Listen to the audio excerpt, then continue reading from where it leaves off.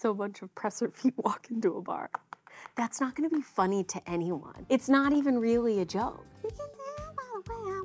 That's the only part of the song that I know. Let's talk about presser feet.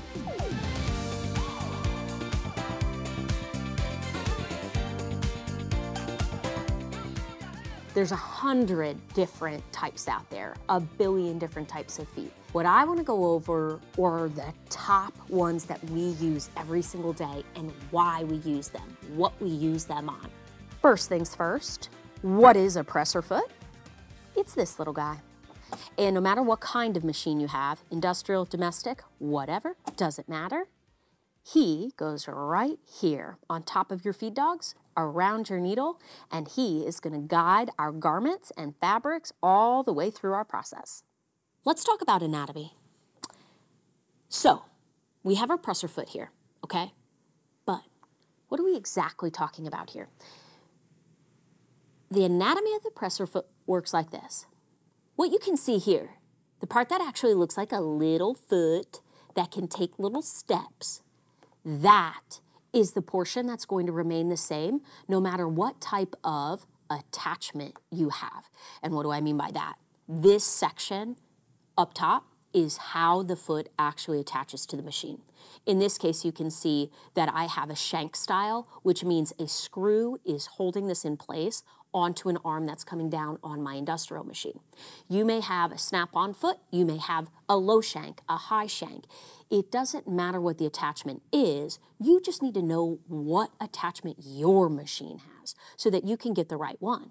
Then, the feet down here, that is the portion that's going to be universal. Whether it's a zipper foot, a regular, flat, straight stitch foot like we've got here, or any of our others, anything that we talk about regarding the design of the foot, that part is going to be universal despite what kind of attachment you have. So don't worry too much about that.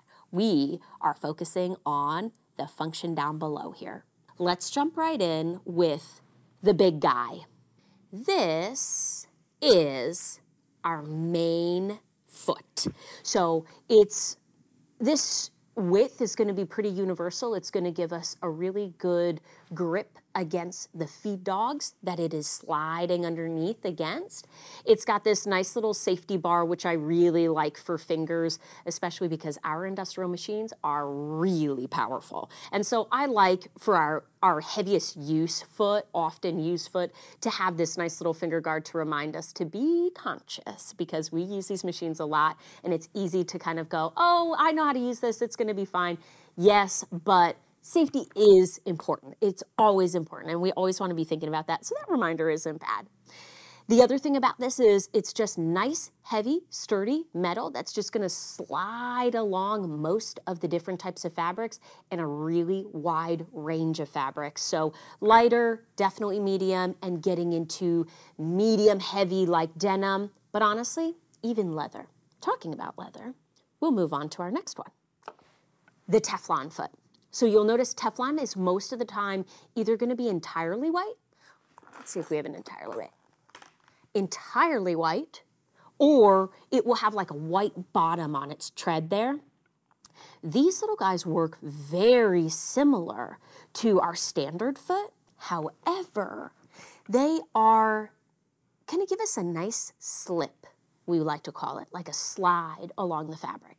You're going to use this for anything that might be, any type of fabric that might be tacky, or leather is the perfect example, where it might catch or stick, but we really want to keep that needle running smooth against the feed dogs, and this nice smooth Teflon up top is going to keep that running. Also, maybe something with a pile, so velvet, for instance, where it's got fiber that's going to stand up and sort of move around on us. We want something that's going to give us a nice smooth ride as we're stitching down our seams. Next, we've got these little beauties. What we're looking at is a traditional narrow foot. Oop.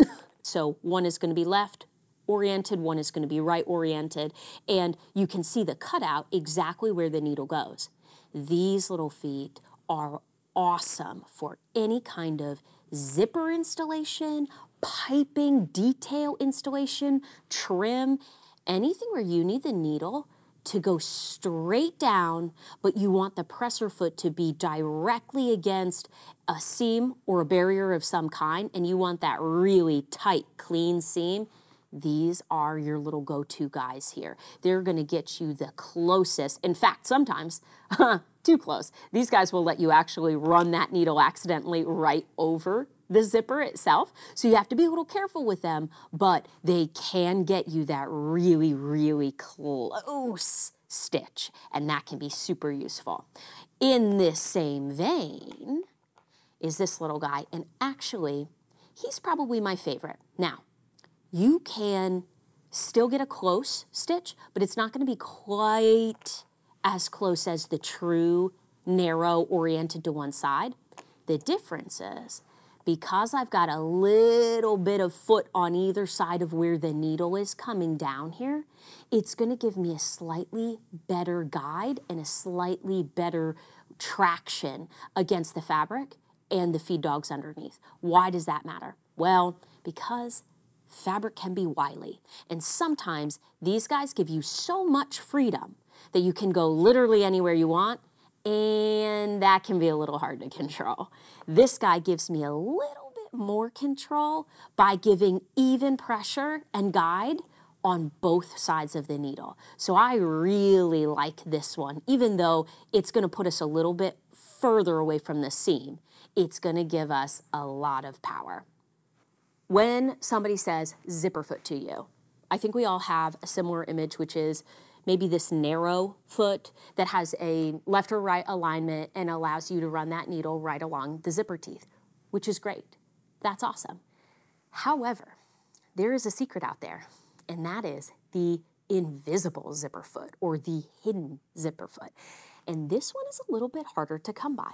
But after swirling around the edges of the internet, I came across a couple of different types. So I'm really excited to show these to you. What they have got is a channel. So when you look down the front or you flip it up and you look underneath, you can see that there are two channels down there. This is intended to perfectly slide along the edge of invisible teeth on an invisible zipper while stitching as close as humanly possible to it. So what you've got here is a couple of different types. This is, I think, just a regular iodized steel, so rust-proof, nice little black metal. Here, we've got the Teflon, which, of course, again, is one of my very favorites. I love this smooth slide with the Teflon. And then here's actually a really big fat one that I love. You can see how big the channels are. Actually, if I flip these up, check this out. You can tell the difference between the size of the channels underneath, and that's going to dictate to you what kind of zipper this is used on. So I've got a really nice standard zipper here. Let's call it a 3. It's going to be something that I'd put into a dress or a skirt, so it's going to be something really nice and common. I'm going to open this up and watch this. God, this is so cool, seriously. I'm going to take my little Teflon foot, and I'm just going to literally kind of feed the teeth right into there. Can you see this? Do you see that? Oh my God. It is so cool. The needle is coming down right here through the center hole, and then whichever side of the channel you've chosen, you're running down the side and stitching that directly on, and I swear to you, it's literally stitching directly next to the teeth. And because it does not have a single side orientation, you only need one of them, because when you get done with one side, you just run it down the other side, and the needle is coming straight down the center and hitting the mark every single time, because you've got your teeth tightly running inside of that channel. Life-changing. I mean, obviously in alterations, but seriously, in anything. I have never gotten a closer, smoother, straighter, perfect fit than using this when I'm working with this style zipper. And finally, this little cutie is called a narrow rolled foot. And if you look inside here, there's, I don't know exactly what everyone else calls it, but we always call it kind of a pigtail. So inside you can see that there's a little twisted piece of metal and a little kind of curlicue that the fabric will be running over. This little foot allows you to turn the edge of a piece of fabric over twice. So what does that mean?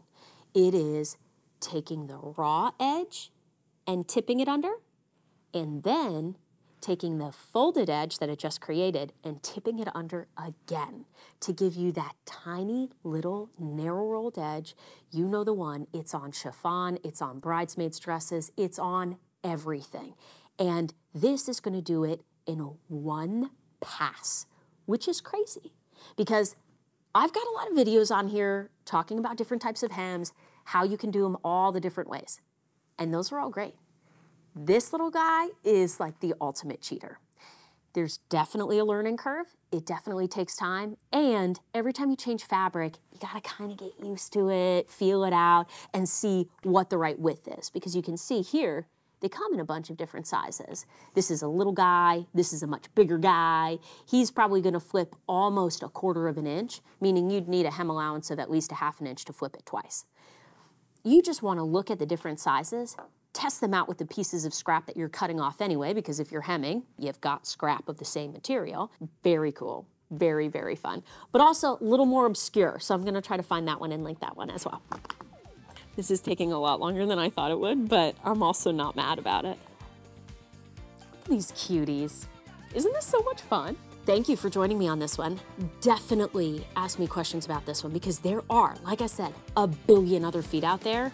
And one, I want to know what you're using. And two, I want you to ask me about things that you have that have been in your sewing box forever that you have no idea what they're for. And we're gonna find out what they do.